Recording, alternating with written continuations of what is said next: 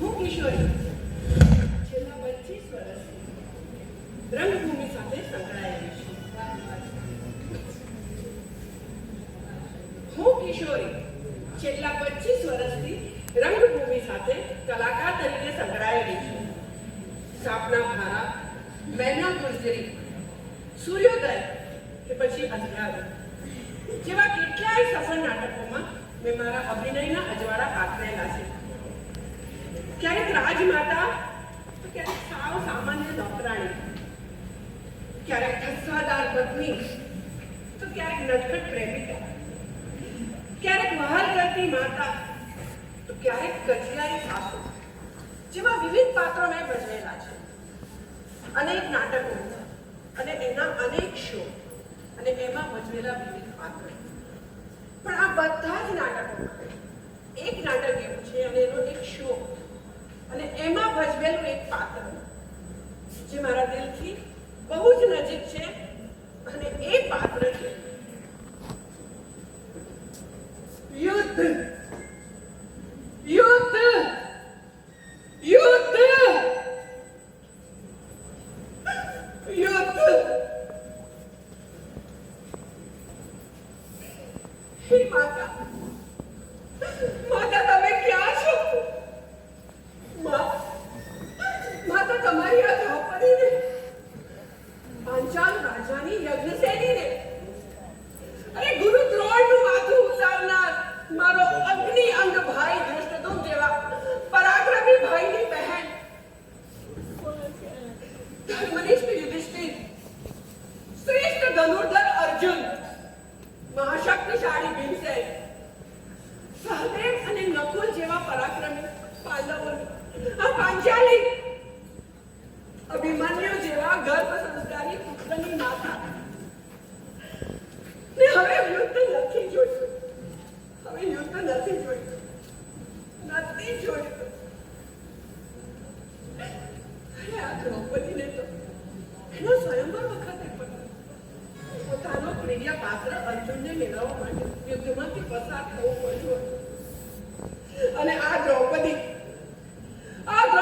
જેને સ્વયં મહાદેવનું વરદાન છે કે એક પાંડવ સાથે વિવાહ કર્યા બાદ બીજા પાંડવ સાથેના વિવાહ સમયે સંપૂર્ણ કૌમાર્ય અવસ્થા પ્રાપ્ત થશે એવી સતી પાંચાલીને કૌરવોના વૈશ્યા જેવા મેળા સાંભળવાના. અને પછી યુદ્ધ ના થાય તો બીજું શું થાય? હે કૃષ્ણ, હે માતા, હે તમે ક્યાં છો? તમે ક્યાં છો? હવે શાંતિ, હવે શાંતિ.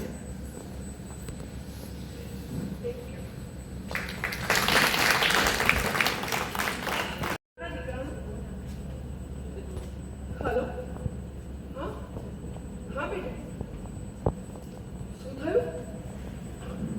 પપ્પાને એક્સિડન્ટ થયો છે? કઈ હોસ્પિટલમાં છો?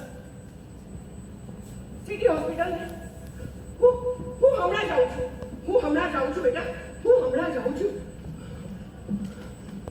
હોસ્પિટલમાં પહોંચે, ઓપરેશન થિયેટરની લાલ બત્તીની સાથે મારા ધબકારા વધતા જતા હતા.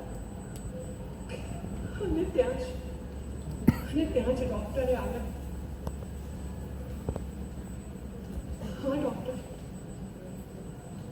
શું હવે આ દુનિયામાં નથી રહ્યા?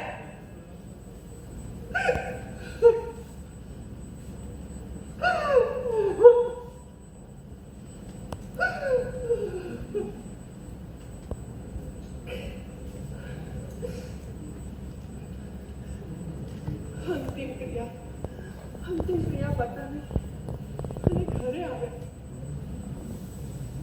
મારું ઘર સાવ શાંત પણ મન અશાંત. અને એટલામાં જ ફોનની ઘંટડી વાગે છે. અરે આ તો સરનો ફોન છે. હા સર, શું તમે નાટકનો શો કેન્સલ કરવા માંગો છો? અરે ના ના સર, એવું ના કરશો. અરે નાટ્યોત્સવ તો હજુ કાલે પ્રારંભ થયો છે અને એનો હજુ એક જ શો થયો છે.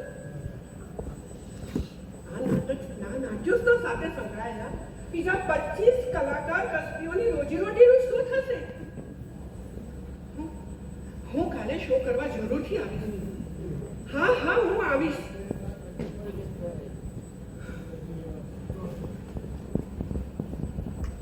અમે તો કલાકાર છીએ અને કલાકારનું જીવન ખૂબ અઘરું હોય છે.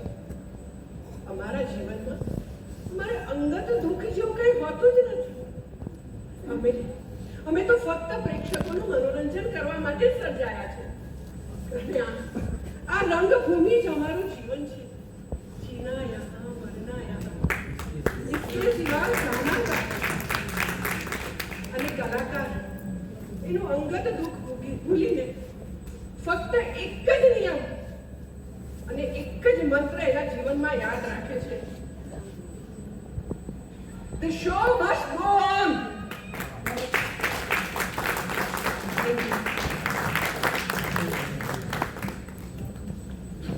Next.